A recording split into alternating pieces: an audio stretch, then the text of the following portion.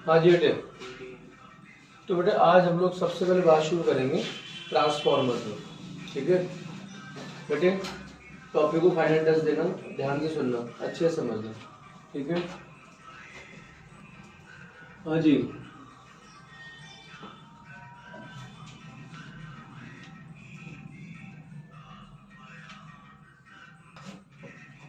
Transformer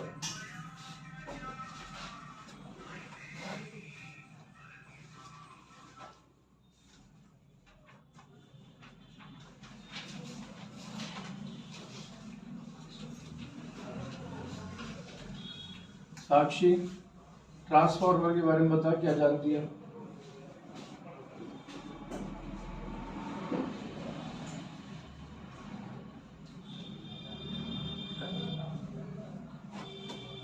Sharma ji बताओ।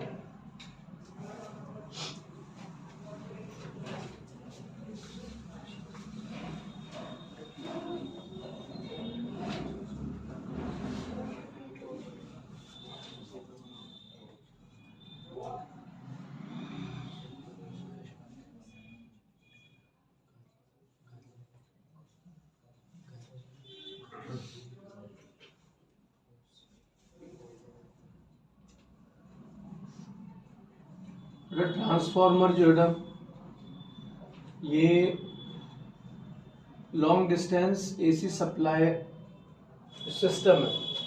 Long distance AC supply के लिए जो सेटअप है उसका एक बेसिक एसेंशियल पार्ट है, बेसिक एसेंशियल पार्ट है। एसी ऑल्टरनेटिंग करंट को हम लोग जनरेट करते हैं और लॉन्ग डिस्टेंस फ्यू किलोमीटर से नहीं होता, फ्यू 100 किलोमीटर, ठीक है, 100, 200, 500 किलोमीटर तक हम लोग लेकर जा रहे हैं। तो इतने लंबी सप्लाई चेन के लिए जो एसेंशियल पार्ट है वो है ट्रांसफार्मर, इसकी बेसिक यूटिलिटी है।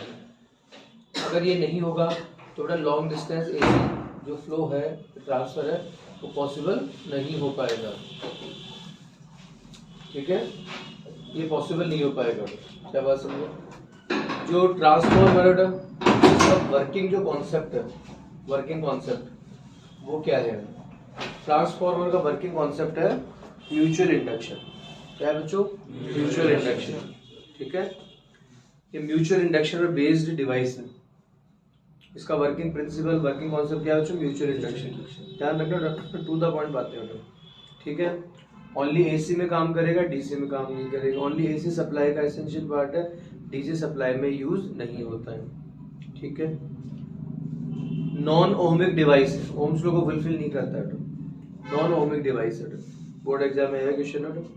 नॉन ओमिक डिवाइस की जो एग्जांपल है उनमें बेस्ट एग्जांपल है, ठीक है, ओके। तो बच्चों छोटे छोटे कितने सारे पॉइंट हो गए। It is a basic essential part for long distance AC supply. It only used in AC circuit, AC supply, not in DC circuit और DC supply. Its working concept is mutual induction, mutual induction पर based है, समझ गए। Non ohmic device है, ये ohms लो को fulfil नहीं करता है, ठीक है बच्चों। इसके अलावा इसमें और क्वेश्चन क्या बन सकते हैं? इसमें बेटा एक बेसिक क्वेश्चन बन सकता है, कंस्ट्रक्शन और वर्किंग के अलावा energy losses, source of energy losses in transformer device. तो ट्रांसफार्मर डिवाइस में एनर्जी लॉस के क्या क्या सोर्स है बेटा, ये भी आपसे पूछा जा सकता है। तो ट्रांसफार्मर में एनर्जी लॉस के क्या क्या ऑप्शन है बेटा? इनमें सबसे इंपॉर्टेंट जो ऑप्शन है बेटा वो है एडी करंट्स। बेटा एडी करंट की वजह से इसमें एनर्जी लॉस होता है, क्योंकि एसी पर बेस्ड है। तो एसी में क्या होगा, बार बार करंट का डायरेक्शन फ्लक्चुएट होगा, नहीं होगा, चेंज होगा ही नहीं होगा, मैग्नीट्यूड भी चेंज होगा, डायरेक्शन भी चेंज होगा। यहाँ पर क्या होता है, ये जो कोर है इसमें एडी करंट्स बनेंगे, एडी करंट्स की वजह से एनर्जी लॉस बनता है, ठीक है। सेकंड थिंग, इसका खुद का भी कुछ रेजिस्टेंस होगा, तो कुछ रेजिस्टेंस लॉस भी होता है, इसकी वजह से भी सर्किट की इलेक्ट्रिक एनर्जी लॉस होगी। थर्ड थिंग, इसमें कुछ ना कुछ फ्लक्स का लीकेज भी होगा ना। 100% फ्लक्स प्राइमरी का सेकेंडरी से अटैच नहीं हो पाएगा। थोड़ा प्राइमरी टू सेकेंडरी जब हम स्विच करेंगे एनर्जी को, तो उसमें भी कुछ ना कुछ लॉस हो जाएगा। फिर मैग्नेटिक हिस्टेरिसिस एनर्जी लॉस भी होता है, इसमें बार बार मैग्नेटाइजेशन और डीमैग्नेटाइजेशन का प्रोसेस रिपीट होता है again and again and again, तो इस वजह से मैग्नेटिक हिस्टेरिसिस एनर्जी लॉस भी होता है, समझ गए, ठीक। कुछ वाइब्रेटिंग लॉस भी होता है ना, एक लिमिट से ज़्यादा जब लोड पड़ता है इन ट्रांसफार्मर डिवाइसेस पर, तो क्या होता है इनमें वाइब्रेशन जनरेट होते हैं ना, उनकी वजह से एनर्जी लॉस होता है। तो इस तरह से बेटा बेसिक कुछ थीम बन सकती है, ठीक है।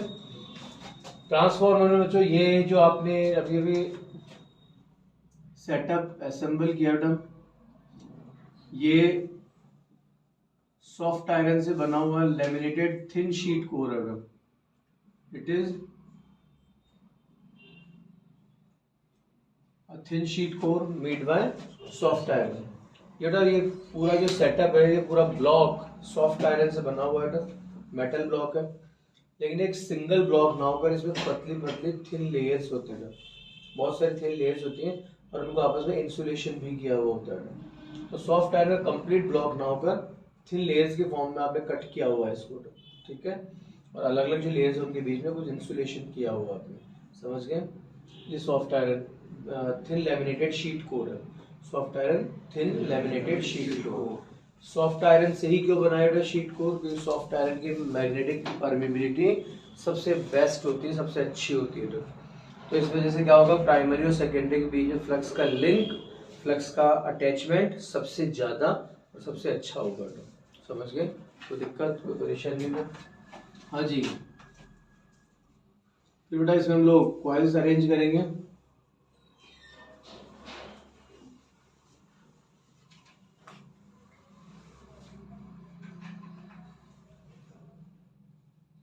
जिस कॉइल में हम लोग खुद वोल्टेज सोर्स अटैच करेंगे उसे हम क्या कहते हैं, प्राइमरी कॉइल या प्राइमरी सर्किट।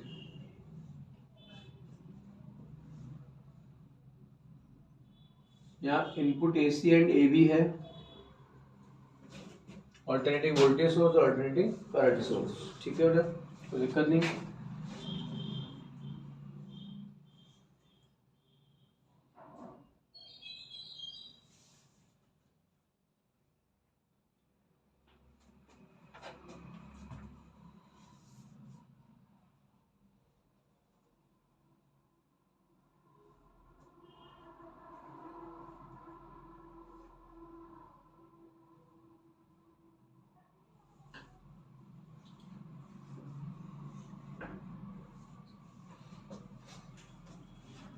यहाँ पर प्राइमरी सर्किट है, सेकेंडरी सर्किट हो जाएगा। जिसे प्राइमरी कॉइल कहते हैं उसको सेकेंडरी कॉइल बोल देंगे। प्राइमरी जिसे किसे कहते हैं, जिसमें खुद आप वोल्टेज सोर्स अटैच करते हैं, अपनी तरफ से करंट सप्लाई करते हैं, वोल्टेज अप्लाई करते हैं। सेकेंडरी जिसमें हम लोग इंडक्शन चेक करते हैं, ठीक है सर। यहाँ पर हम लोग RL लोड रेजिस्टेंस अटैच करते हैं, जिसकी हेल्प से हम लोग सिग्नल्स को आउटपुट देंगे। ये load resistance maximum power transfer theorem पर बेस्ड सेटलमेंट होता है, समझ गए, कोई दिक्कत नहीं। तो ये बेटा ट्रांसफार्मर का बेसिक डिस्क्रिप्शन आपके सामने है। ये सॉफ्ट आयरन से बना हुआ थिन लैमिनेटेड शीट कोर है। इसमें सॉफ्ट आयरन की थिन लेयर्स होती है, इनमें इंसुलेशन किया हुआ रहता है। सॉफ्ट जो अपने पास कॉपर वायर है, कॉपर वायर को हम लोग असेंबल करके प्राइमरी कॉइल, और यहाँ पर कॉपर वायर की कॉइल बनाई, सेकेंडरी कॉइल हो गई, ठीक है। यहाँ पर हम लोगों ने इनपुट सोर्स अटैच किया, तो ये प्राइमरी सर्किट हो गया। यहाँ RL लोड रेजिस्टेंस से आउटपुट लेंगे, सेकेंडरी सर्किट है। म्यूचुअल इंडक्शन प्रोसेस है। सॉफ्ट आयरन ही क्यों बनाया, सॉफ्ट आयरन का कोर ही क्यों लिया, ताकि प्राइमरी का फ्लक्स सेकेंडरी से ज्यादा लिंक हो सके। कि सॉफ्ट आयरन का मैग्नेटिक परमेबिलिटी सबसे बेस्ट होती है, सबसे अच्छी होती है।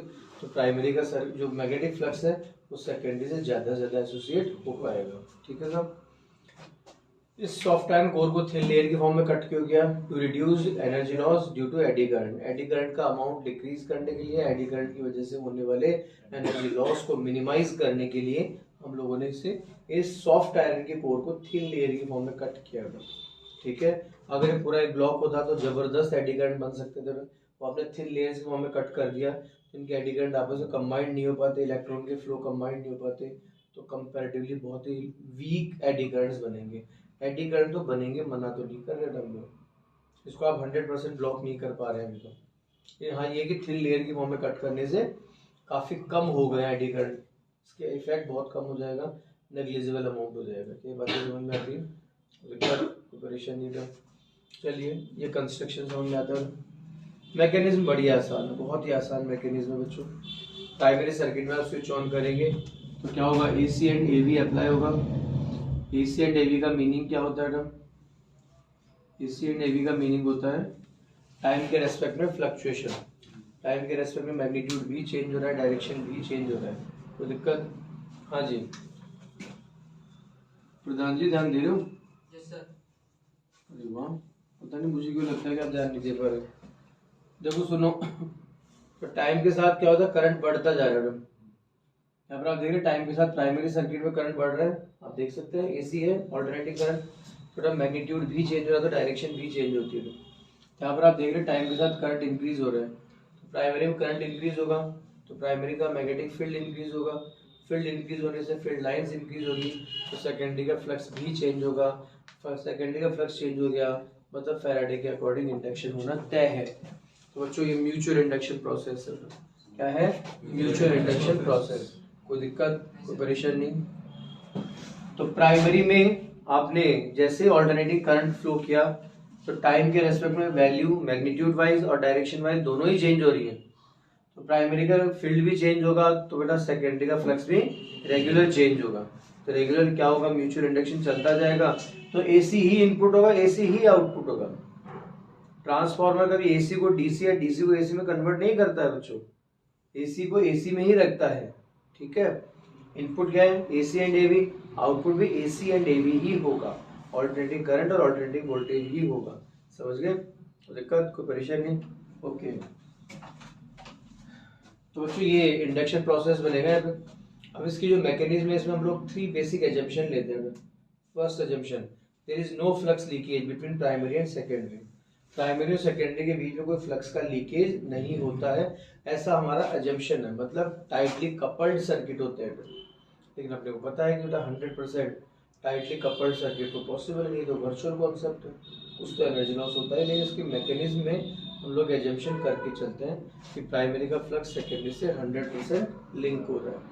ठीक है, इस एजम्पशन को हम लोग देखते हैं। तो सेकेंड एजम्पशन होता है देयर इज नो रेजिस्टेंस और there is no energy loss due to resistance of circuit. मतलब सर्किट के रेजिस्टेंस की वजह से कोई एनर्जी लॉस नहीं होगा। ये हमारा सेकेंड एजम्पशन होता है। समझ गए? कोई दिक्कत, कोई परेशानी नहीं। इसी सीक्वेंस में थर्ड एजम्पशन लेते हैं हम लोग। हमारा जो थर्ड एजम्पशन है वो क्या है, there is no sudden fluctuation in transformer circuit. आप चाहे बेटा, जैसे मान लो कि हमारे घर में कितना आ रहा है, 220 वोल्ट आ रहा है, 220 वोल्ट आ रहा है, मानते हैं? तो जो हमारे घर में 220 वोल्ट आ रहा है, लेकिन अपने आस से ज़्यादा दूर जाने की जरूरत नहीं है। अपनी कॉलोनी में, अपने विलेज में, अपने टाउन में, अपने सिटी में बेटा कई सारे ऐसे ट्रांसफार्मर और पैनल्स दिख जाएंगे तुम्हें, जिनके ऊपर 5000, 6000, 10,000 वोल्ट तो मामूली दिख जाएगा आपको, अपने आसपास भी नजर आ जाएगा। ठीक है, और बच्चों अगर हम लोग थोड़ा हाईवेज की तरफ ज़्यादा हाईवेज की तरफ जाएंगे तो बड़ी बड़ी जो लाइन्स होती है ना, उनमें तो और भी तो हाई वोल्टेज आपको लाइन्स मिल जाएंगी। समझ गए? दिक्कत, परेशानी ना, ये है कंडीशन।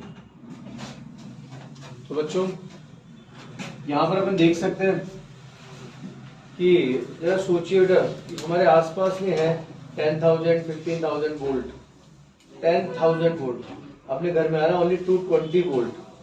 अपने घर में कितना आ रहा है? Only 220 volt. अब आप सोचिए कि अगर हमारे घर में लाइंस चालू हो, इलेक्ट्रिक अप्लायंसेस चालू हो और 10,000 वोल्ट छोड़े 1000 वोल्ट में आ जाएगा ना, तो अप्लायंसेस बर्न हो जाएंगे, तो स्पार्किंग हो जाएगी इनके अंदर, लाइनें जल जाएंगी। तो ये है, समझ लो। तो ये सारा चीज, ये सारी मैनेजमेंट कौन कर रहा है? ट्रांसफार्मर तो कर रहे हैं। तो ट्रांसफार्मर में सडन चेंज नहीं करते हैं अपन। सडन चेंज का मतलब हम चाहेंगे 50,000 वोल्ट इनपुट किया और सीधे 220 वोल्ट ला दिया, ऐसा नहीं है, ऐसा पॉसिबल नहीं है।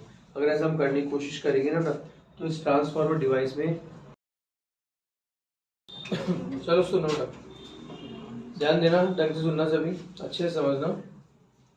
तो ट्रांसफार्मर का बेटा प्राइमरी जो इफेक्ट था वो क्या लिया हम लोगों ने, there is no flux leakage between primary and secondary.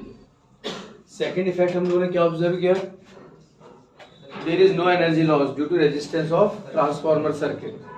और थर्ड के लिए हम लोगों ने there is no sudden fluctuation by transformer. ठीक है, तो चलिए इनको यूज करें और कुछ के बेसिक फॉर्मूलाज को देखें, ध्यान देना। Induced EMF in primary circuit और primary coil.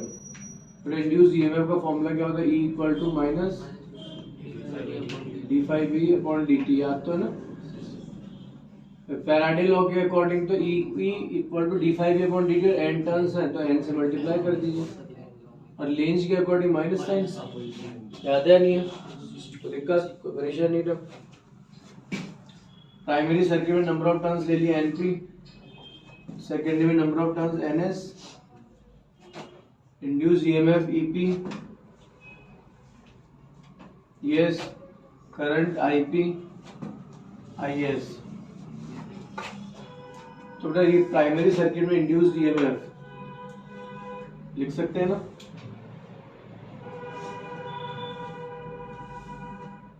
Induced EMF in secondary circuit, secondary circuit में induced EMF equal to minus n d5/dt। Secondary के लिए हम लोग सेकेंडरी का अटेम्प्ट कर देंगे, ठीक है।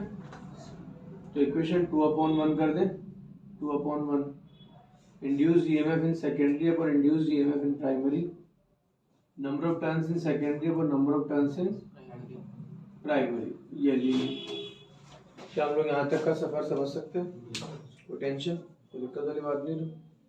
नेक्स्ट थिंग, आइए नेक्स्ट कॉन्सेप्ट स्टार्ट करते हैं। फिर हम लोगों ने कहा there is no energy loss due to resistance in transformer circuit. Transformer circuit में रेजिस्टेंस की वजह से कोई एनर्जी लॉस नहीं होना चाहिए। तो सुनो इधर देखो, ध्यान दो। तो इस एजम्पशन को यूज करके हम लोग कुछ और रिजल्ट निकालते हैं। तो अगर ट्रांसफार्मर रेजिस्टेंस की वजह से एनर्जी लॉस नहीं है,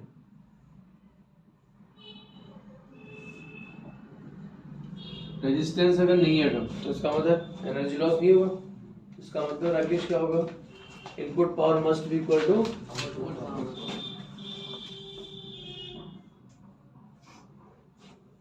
input power must be equal to output power. इसको हम ये भी कह सकते हैं power of primary circuit is equal to power of secondary circuit. Visible है? तो इलेक्ट्रिक पावर का फॉर्मूला याद है क्या? P is equal to V into I.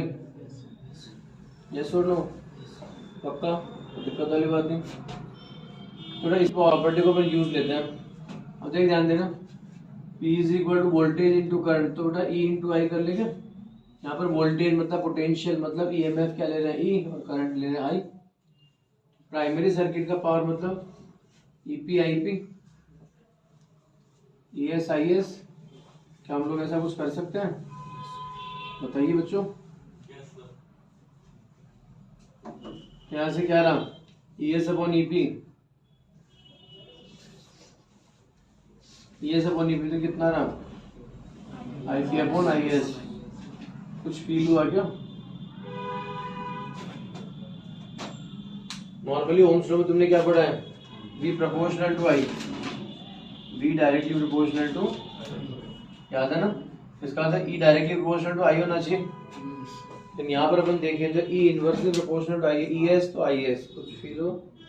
EP तो IP। इसलिए इसको नॉन ओहमिक डिवाइस कहते हैं। जैसे वोल्टेज इंक्रीज होगा तो करंट डिक्रीज होगा, ये ध्यान रखना, ठीक है।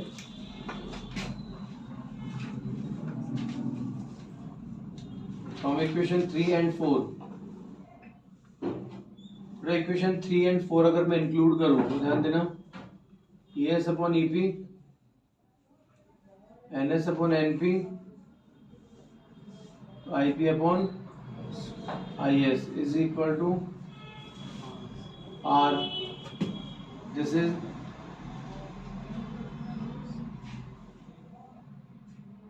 Transformer ratio. क्या है बच्चों? Transformer ratio.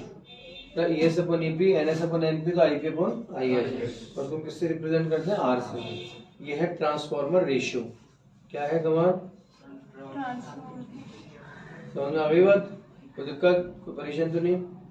तो बच्चों अगर हम बात करें ना ट्रांसफार्मर बेस्ड प्रॉब्लम्स की, तो 90% प्रॉब्लम इन्हीं में घूमती है। 90% प्रॉब्लम, और सिर्फ 12th की नहीं था, कंपटीशन लेवल की। ट्रांसफार्मर बहुत ज़्यादा डिफिकल्ट टॉपिक नहीं था, थोड़ा लैंग्वेज जरूर घुमा सकता है कभी। जैसे मान लो कि प्राइमरी सेकेंडरी का नाम ना देकर कह दे कि लाइन से प्रोवाइडेड वोल्टेज इतना है और लाइन में जो गेन वोल्टेज या फिर आउटपुट वोल्टेज हो इतना। अब ये थोड़ा सा अपना कॉमन सेंस है कि लाइन से आपने वोल्टेज प्रोवाइड किया तो ट्रांसफार्मर कैसे प्रोवाइड करोगे?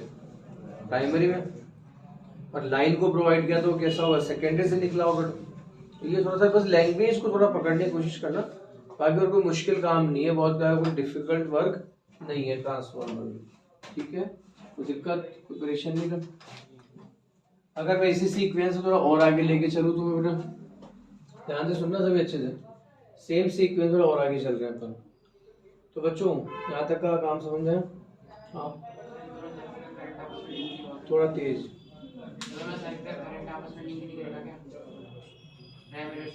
करंट, हाँ जी ध्यान देना अच्छे से। एफिशिएंसी ऑफ ट्रांसफार्मर, बेटा एफिशिएंसी कोई भी हो, ट्रांसफार्मर नहीं कोई भी डिवाइस, उसकी एफिशिएंसी कैसे काउंट करते हो, आउटपुट अपॉन इनपुट, ठीक है। तो यहाँ पर क्या हो जाएगा बेटा, output power upon input power, ठीक है। Output power upon input power, it means power of secondary upon power of primary, और सेकेंडरी पावर कितना होगा, ईएस आईएस ईपी आईपी, समझ गए नहीं समझे? तो अब बच्चों यहाँ ये दिमाग मत लगा लेना, क्या जस्ट अभी तो अपने पढ़ा है कि EP into IP equal to ES into IS, तो कैंसिल होके बना जाएगा। देखो यहाँ ध्यान देना, ये एजम्पशंस पर बेस्ड है। आपको पता है कि 100% एजम्पशन फुलफिल नहीं होती है। तो इस एजम्पशन के लिए अपन ने क्या एज्यूम किया है कि ट्रांसफार्मर में रेजिस्टेंस की वजह से कोई एनर्जी लॉस ही नहीं हो रहा है, जबकि ऐसा नहीं होगा बेटा। हम कितना भी प्योरीफाइड मटेरियल यूज कर ले, कितनी भी आइडियल कंडीशन ले ले, रेजिस्टेंस कुछ तो अपना रोल प्ले करेगा ही। बस बेटा वही यहाँ पर, तो यहाँ ध्यान रखना, फिर इनको कैंसिल आउट मत कर देना, ये फॉर्मूला इस तरह से काम करेगा। परसेंटेज में अपन लेंगे, आप शायद समझ सकते हैं, ES IS upon EPIP into 100, ये भी कुछ किया जा सकता है। क्या मेरी बातें समझ में आ रही हैं? कोई दिक्कत परेशानी है? ये ट्रांसफॉर्मर की कंडीशन होती है। अब एक होता है स्टेप अप और एक स्टेप डाउन, तो ध्यान देना बेटा।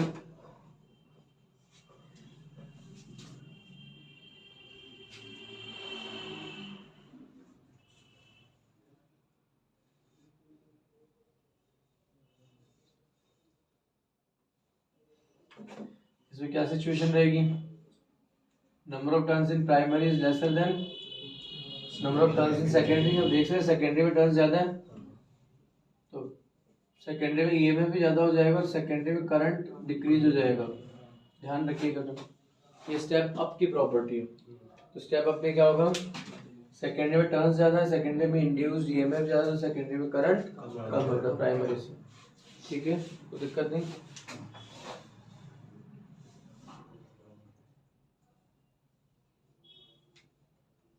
स्टेप डाउन,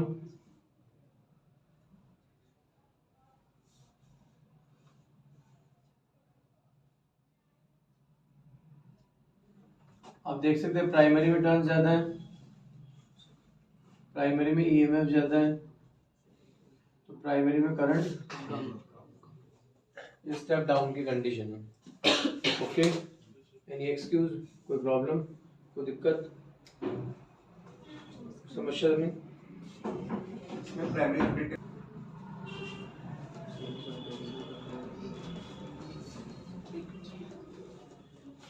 हाँ बेटे, नेक्स्ट टारगेट एसी जनरेटर। ध्यान से सुनना बेटा, जस्ट अभी आपने ट्रांसफार्मर कंप्लीट किया है, एसी जनरेटर बात स्टार्ट कर रहे हैं, ध्यान से सुनना, ध्यान से समझना बेटा। एसी जनरेटर बेटा EMI प्रोसेसर बेस्ड है, इलेक्ट्रोमैग्नेटिक इंडक्शन, ठीक है, कोई दिक्कत नहीं। इसमें बेटा एक कॉइल है हमारे पास, ध्यान दीजिए, आपके पास एक कॉइल है, लैमिनेटेड कॉपर वायर है, इंसुलेटेड कॉपर वायर है, इन्हीं को आपने असेंबल करके कॉइल बनाई है। ये इस कॉइल का रोटेशन एक्सिस है। कॉइल की जो आउटपुट लाइंस हैं, इनके साथ आप लोगों ने 2 स्लिप रिंग्स अटैच कर रखी है, ठीक है। ये जो रिंग्स है बेटा, ये है स्लिप रिंग्स S1 S2, और स्लिप रिंग का कनेक्शन आप लोगों ने ब्रशेज B1 B2 से कर रखा है, और जो ब्रश है B1 B2 इनके साथ कनेक्शन आपने RL लोड रेजिस्टेंस से कर रखा है। यहाँ से आप सिग्नल्स को आउटपुट शो कर देंगे। ठीक है, दिक्कत ये बेटा कॉइल हो गई। कॉइल के साथ जो भी आउटपुट लीड्स हैं, आउटपुट लाइन्स हैं, उनके साथ दो का जो हमारे पास स्लिप रिंग्स हैं S1 S2, ये दो ब्रशेज है B1 B2 और इनका कनेक्शन आप लोगों ने RL लोड रेजिस्टेंस से किया है ताकि सिग्नल्स आउटपुट हो सके। ठीक है, ये जो आपके सामने बेटा रेक्टेंगुलर कॉइल है, इनके दोनों तरफ बेटा नॉर्थ और साउथ पोल्स आप लोग अरेंज करते हैं एक्सटर्नल मैग्नेटिक फील्ड अप्लाई करने के लिए, एक्सटर्नल मैग्नेटिक फील्ड अप्लाई करने के लिए। ठीक है, तो दिक्कत नहीं, कॉपी दे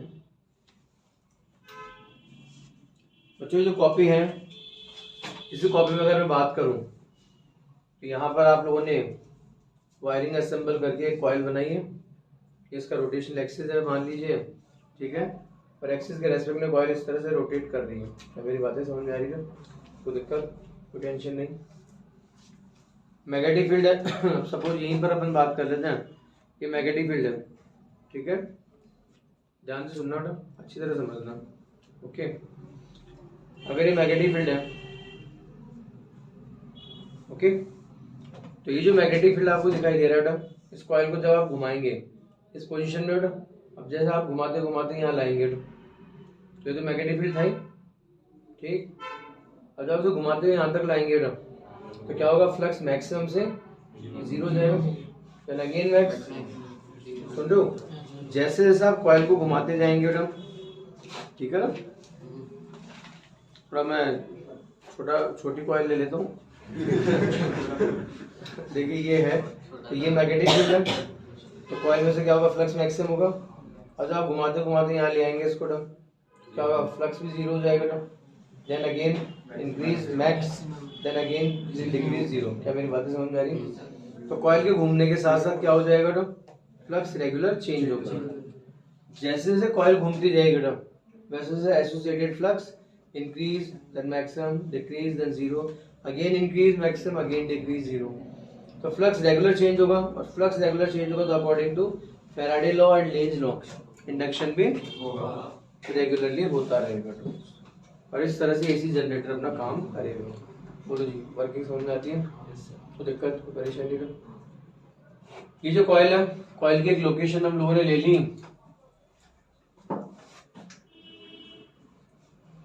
P1 Q1। सपोज ये कॉइल की एक लोकेशन है, ठीक है। कॉइल सपोज 3D में आपको ऐसे नजर आ रही है, आप इसे यहाँ से देख रहे तो केवल एक स्ट्रिप नजर आएगी ना, तो ये कंडीशन हो गई P1 Q1। अब जब कॉइल घूमते घूमते यहाँ पहुंचेगी तो सेकंड कंडीशन क्या ले लेते हैं, P2 Q2। सुन रहे हो, कॉइल रोटेशन में नेक्स्ट लोकेशन पे पहुंच गई P2 Q2। एंगुलर वेलोसिटी कितनी है, ओमेगा। P1 Q1 से P2 Q2 तक एंगल कितना कवर किया, थीटा। कितने टाइम में, T टाइम में।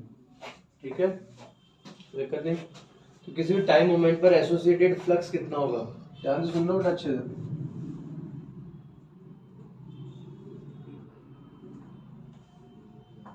मैग्नेटिक फ्लक्स ऑफ कॉइल, थोड़ा किसी भी टाइम मोमेंट पर फ्लक्स कितना हो जाएगा, सामने देखना चाहिए आपको। B vector dot A vector dot product of magnetic field and area vector. कोई दिक्कत नहीं। और अगर कॉइल में नंबर ऑफ टर्न्स n है तो n से मल्टीप्लाई कर दूं, total flux n B A cos of theta. ध्यान दीजिएगा अच्छे से, याद है कि लीनियर वेलोसिटी क्या होती है, linear displacement upon time. Angular velocity क्या हो जाएगा, एंगुलर डिस्प्लेसमेंट अपॉन टाइम। तो दिक्कत, कोई परेशानी नहीं। Omega equal theta by T. तो यहाँ से अगर हम लोग बात करें तो देखिए, ध्यान दीजिएगा, थीटा कितना होगा, ओमेगा इंटू टी। थीटा कितना होगा, omega into T. Okay, flux कितना रहा, N B A cos omega T. ये फ्लक्स हो गया था, ठीक है। कैसे क्या है, कोई दिक्कत नहीं। The next concept, induced EMF. Induced EMF ले लीजिए, इंड्यूस्ड वोल्टेज ले लीजिए ना। इंड्यूस्ड ईएमएफ कितना रहेगा, according to Faraday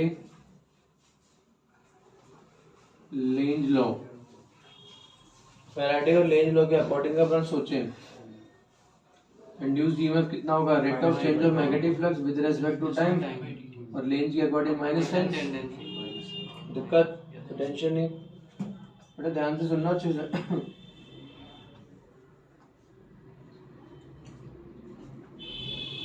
D upon D T, जो फ्लक्स वैल्यू रख रहे हैं इक्वेशन 1 से, फ्लक्स में रखा है NBA, N B A constant है, बाहर कर दिया ऑपरेटर से, operator only cos omega T पर अप्लाई होगा, डिफरेंशिएशन बताओ, थोड़ा ग्रिप करो यार चीजों पर, टाइम पास के मूड में हो तुम, ठीक है ना। माइनस देखो फ्लक्स की value N B A cos omega T, N B A constant है बाहर और कॉस ओमेगा टी अंदर, ठीक है ओके।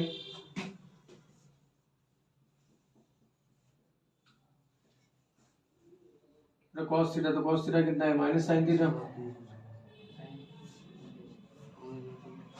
यस और नो, ये क्वांटिटी अप्लाइड कॉस थीटा कितना है माइनस साइन थीटा, इसी 10 आएगा क्या, कॉस का माइनस साइन ओमेगा टी। अब डिफरेंशिएशन क्या था, मल्टी स्टेप प्रोसेस होता है, सबसे पहले किस पर अप्लाई हुआ, कॉस पर, तो माइनस साइन आ गया, and d upon d apply on omega t, omega t में क्या रहा, ओमेगा कांस्टेंट है, तो d upon D t only apply on t, yes और no, d t upon D t 1, तो induced EMF N B A omega sine omega T, N B A omega sine omega t और minus minus plus, okay ध्यान देना। if sin omega t is +1, sin omega T कितना है +1 है, मतलब max, तो ई not या फिर ई मैक्स कितना रह गया, एन बी ए ओमेगा, तो बच्चों ये एन बी ए ओमेगा क्या है, इंड्यूस्ड ईएमएफ की मैक्सिमम वैल्यू है,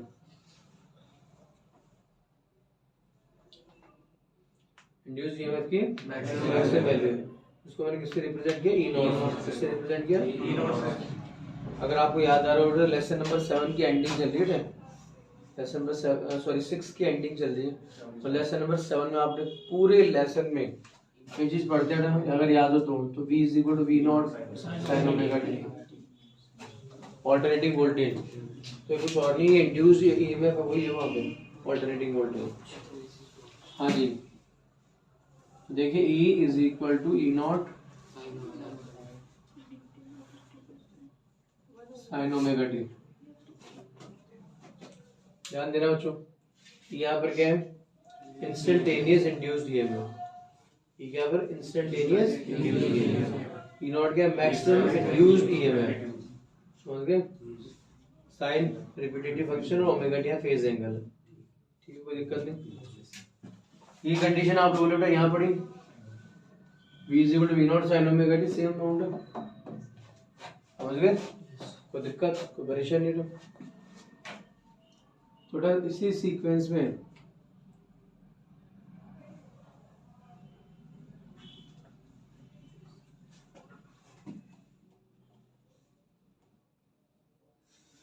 इंड्यूस्ड इलेक्ट्रिक करंट,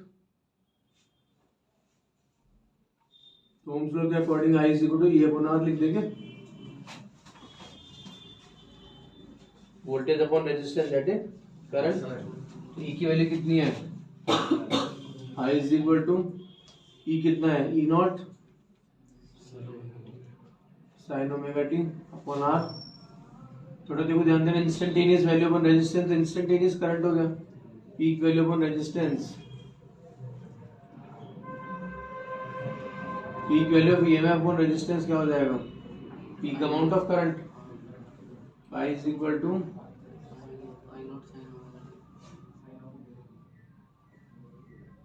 बताइए कोई दिक्कत तो नहीं,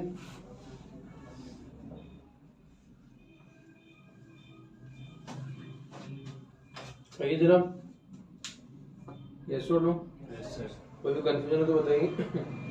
ओके अब इसी का यूज करके हम लोग ग्राफ भी प्लॉट कर सकते हैं, टी की वैल्यू 0 फिर t/2 T/4, T/2, 3T/4 और कैपिटल T। इसी के अकॉर्डिंग ग्राफ भी हम लोग मैनेज कर सकते हैं। लगता है यहाँ तक कोई दिक्कत, कोई कन्फ्यूजन, कोई परेशानी?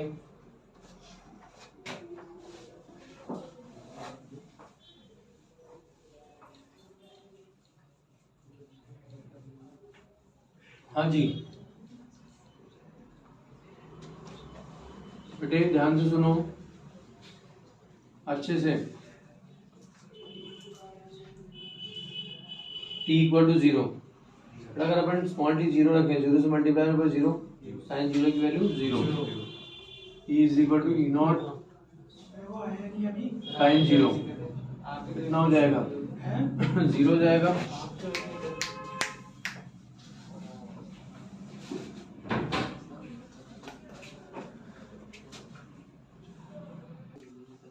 हाँ जी, ओमेगा कितना 2 कैपिटल टी और स्मॉल टी हमारे पास अवेलेबल है अलग अलग रैंडम कंडीशन।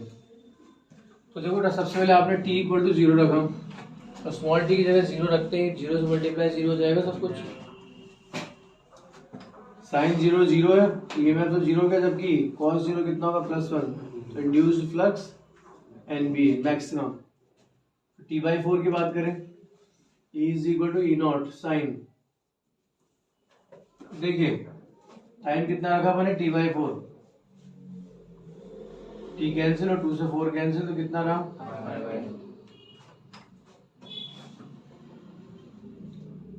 साइन π/2 कितना होगा +1, मतलब मैक्स, इसका मतलब E0, सुन रहे हो? जबकि इसी कंडीशन के लिए flux NBA cos, but omega T तो सेम ही होगा, तो π/2, तो कॉस π/2 कितना हो जाएगा 0।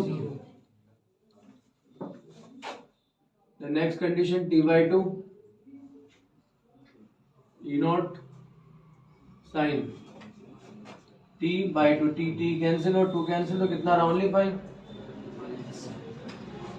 अब साइन पाई क्या होता है 0,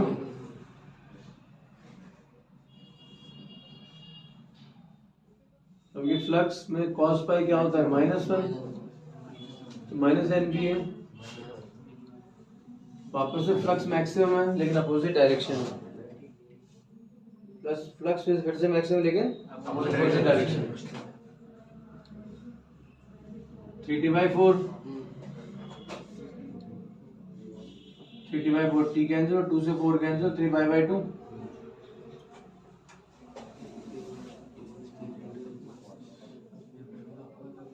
साइन 3π/2 कितना होगा -1 -E0, फिर cos 3π/2 0 हो जाएगा, flux 0। Then finally capital T, time कितना ले लिया कैपिटल टी। अब कैपिटल टी रखेंगे, टी से टी कैंसिल, तो 2π रिमेनिंग रहेगा ना, तो E=E0 साइन 2π, साइन 0 कितना है 0, तो साइन 2π भी 0 रहेगा। समझ तो गए ना?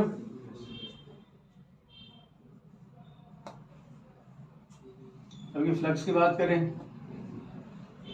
NBA cos 2π कितना होगा +1, तो फ्लक्स की वैल्यू मैक्सिमम NBA। अब वैसे रफली आइडिया वैसे भी ले सकते हो ना, आप देख सकते हो ना कि ये जो फ्लक्स है वो कॉस पर डिपेंड करता है, ईएमएफ साइन पर डिपेंड कर रहा है। तो साइन और कॉस में π/2 का फेज डिफरेंस तो वैसे ही होता है, π/2 डिफरेंस का, तो एक मैक्सिमम तो दूसरा 0 है, कॉस 0 है, +1 है मैक्सिमम, क्योंकि साइन 0 वहीं पर क्या है 0, क्योंकि कॉस 90 क्या हो जाएगा 0, जबकि साइन 90 का होगा +1 मैक्सिमम हो जाएगा। तो जब कॉस मिनिमम होगा साइन अपने आप मैक्सिमम, तो ये रिलेशन यहाँ भी आपको डिस्प्ले हो रहा होगा, जहाँ पर ईएमएफ 0 हुआ फ्लक्स मैक्सिमम है, और जहाँ ईएमएफ मैक्सिमम फ्लक्स 0 हो जाएगा। बस यही प्रॉपर्टी, और कोई खास कंडीशन नहीं है, ठीक है।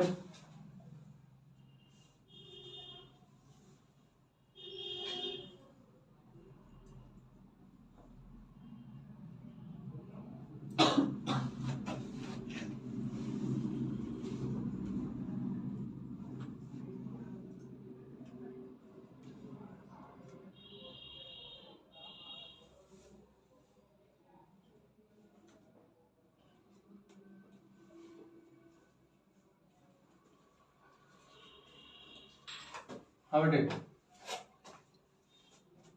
देख सकते हैं हम टाइम 0 T/4 T/2 3T/4 और कैपिटल T।